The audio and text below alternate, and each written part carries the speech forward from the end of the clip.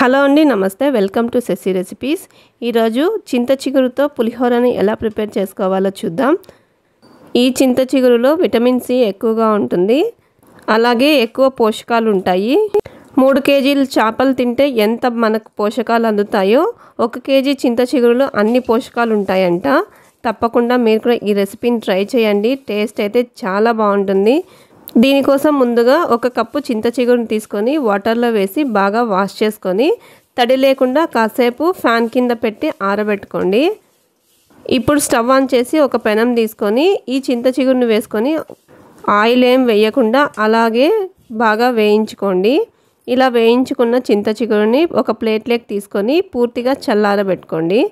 ఇప్పుడు ఒక mixie jar తీసుకొని అందులోకి వేయించిన చింత చిగురు వేసుకొని బాగా మిక్సీ పట్టించుకోండి. మెత్తగా పౌడర్ అవ్వలేదు అంటే కొద్దిగా వాటర్ కూడా వేసుకొని పేస్ట్ లాగా అయినా చేసుకోవచ్చు.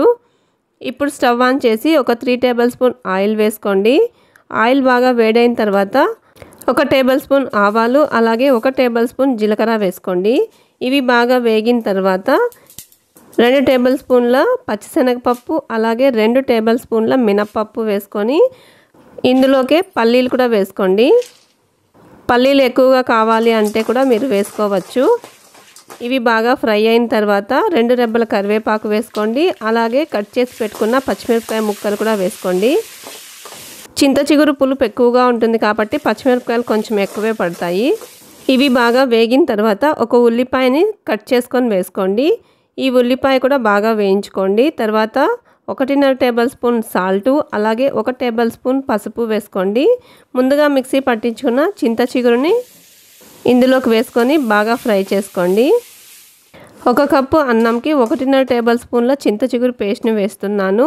మీరు అన్నం క్వాంటిటీ ఎక్కువ తీసుకుంటే పేస్ట్ ఇంకొంచెం ఎక్కువ వేసుకోండి. ఇది బాగా ఒక 2 నిమిషాల పాటు ఆయిల్లో వేయించుకున్న తర్వాత పూర్తిగా చల్లారిన అన్నం కూడా వేసుకొని బాగా మిక్స్ చేసుకోండి. ఉప్పు సరిపోకపోతే మరి కొంచెం ఉప్పు ఇప్పుడు వేసుకోవచ్చు.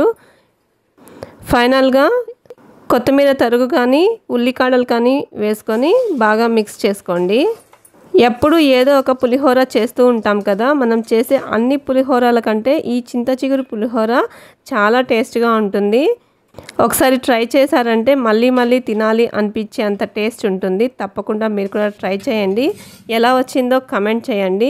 ఈ పులిహోరని వేడివేడిగా తింటే ఇంకా బాగుంటుంది. Thank you for watching.